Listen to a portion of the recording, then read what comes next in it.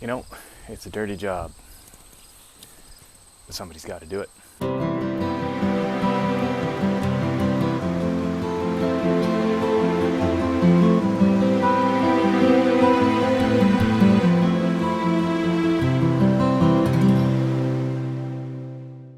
Yep, that is right. It is time to put down the TIG welder and get this chassis ready to paint. As you can see, I'm using my needle scaler to knock off the big rust. This is step 1 and it's only intended to get off the big chunks. The paint that I'll be using is called Chassis Saver and it's intended to be put on over rust. It combines with the rust, so I'm not trying to get this to a shiny surface, just remove the loose stuff. The needle scaler does a great job, especially at getting into areas where you wouldn't get a wire wheel, and though it's quite messy as you saw by my face, it's much cleaner than sandblasting.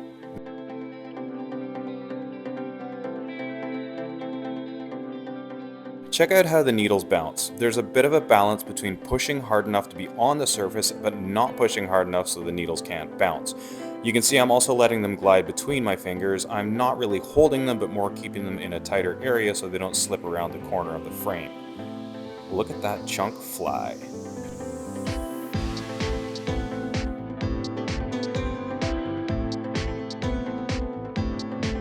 Now, you're probably asking, why the change from the camper box build? Well, I live in Canada, and if I don't start this now, by the time I've got the frame ready to paint, it'll be too cold to paint.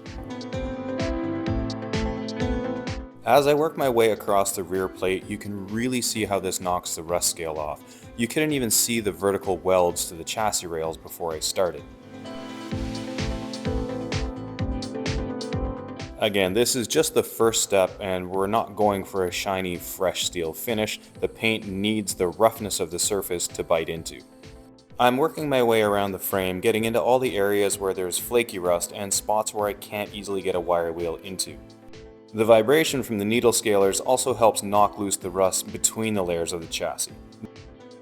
Well, I'm about 3 hours into needle scaling the chassis and I think it's coming out all right. It's definitely getting rid of the big chunks of rust. It's definitely a lot of vibrations and I can definitely still feel it in my hands even after stopping for a half-hour break. It's very dirty, it's very loud, it's very messy, but it works.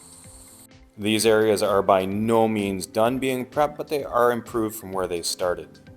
Just check out the difference between the front of the differential cleaned and the outer edge of the axle.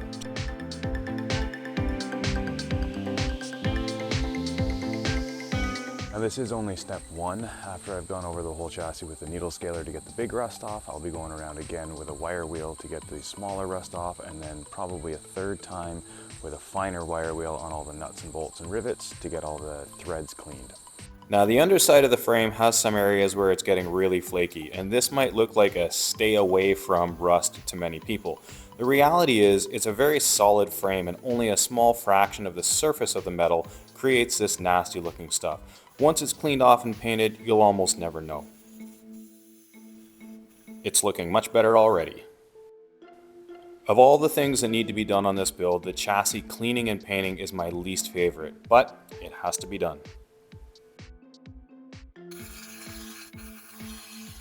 Sometimes I really wish I could just flip this truck over because working underneath is not fun.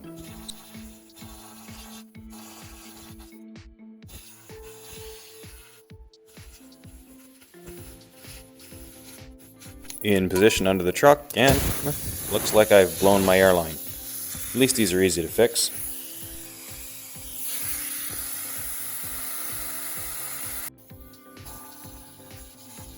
This part, where everything is falling in your face, this is the part of the job I really don't enjoy.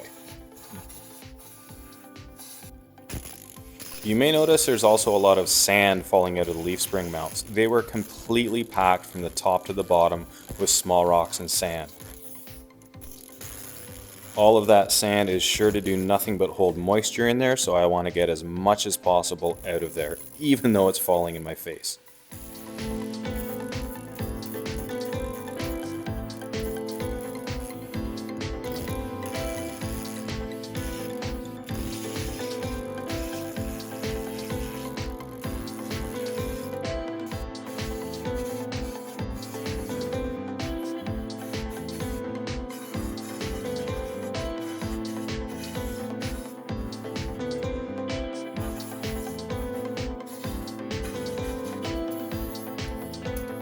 Lying on your back and working overhead is always extra tiring.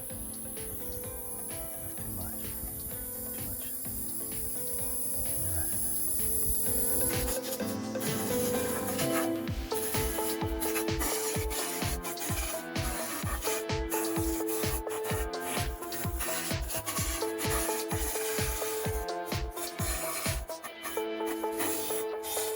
Once I've scaled most of the chassis, I'm going to start with a wire wheel. Now this wire wheel is actually pretty fine because the needle scaler really gets rid of most of the big rust. I'm running this on my die grinder, so it's spinning way faster than if I was using a drill, and it's easy to get into small spaces because overall it's a small wire wheel.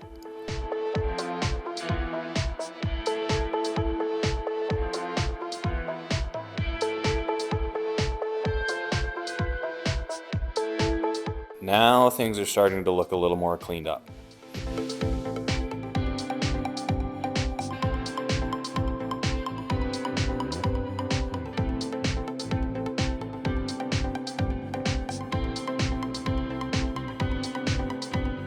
Well, I'm about 6 hours in now and most of the frame is starting to look clean. Definitely not finished yet, but it's definitely looking better. Now I've got to get this truck into the shop overnight so that the dew doesn't form all the rust all over it, and I've got to start all over again. Well, not all over again, but would definitely add more rust to it. Well, it's the start of day 2, and though it isn't for you watching this, today is a bit of a different day. As you can see, I'm wearing my FDNY Marine 6 9/11 shirt. Today is 9/11. Normally I would be listening to the radio. Today I'll be listening to the broadcast.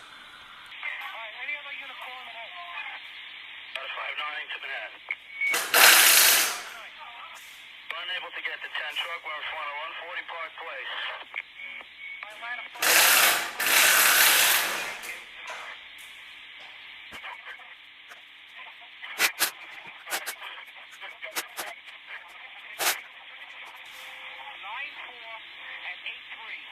I gave you 3 chiefs, the 4-5, the 4-6, and the 4-9. I owe you 7 more engines. We're in the process. All right, Manhattan, thank you very much. Well, that box will be 2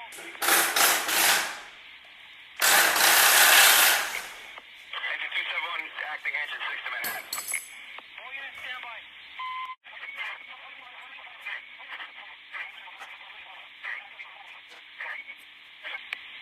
Marine 6 to Manhattan, urgent. Marine 6.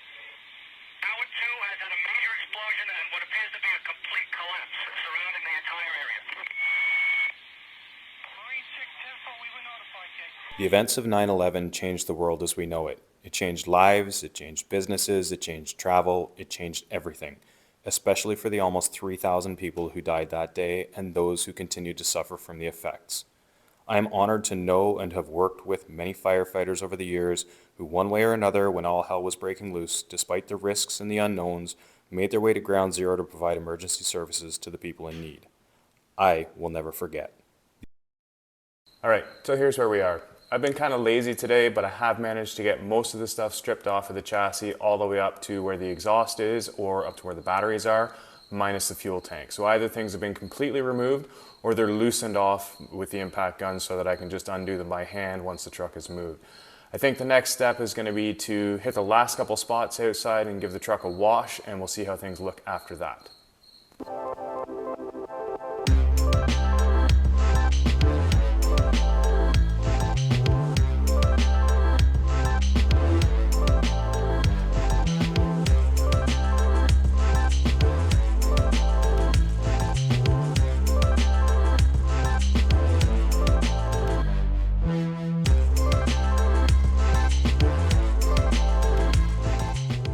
Well, I guess this is what I get for being slow. I get to pressure wash in the rain now, but it's probably gonna get wet anyway, so let's just get it done with. I've got some degreaser I'm gonna spray on first and then see how much of this stuff the pressure washer will take off.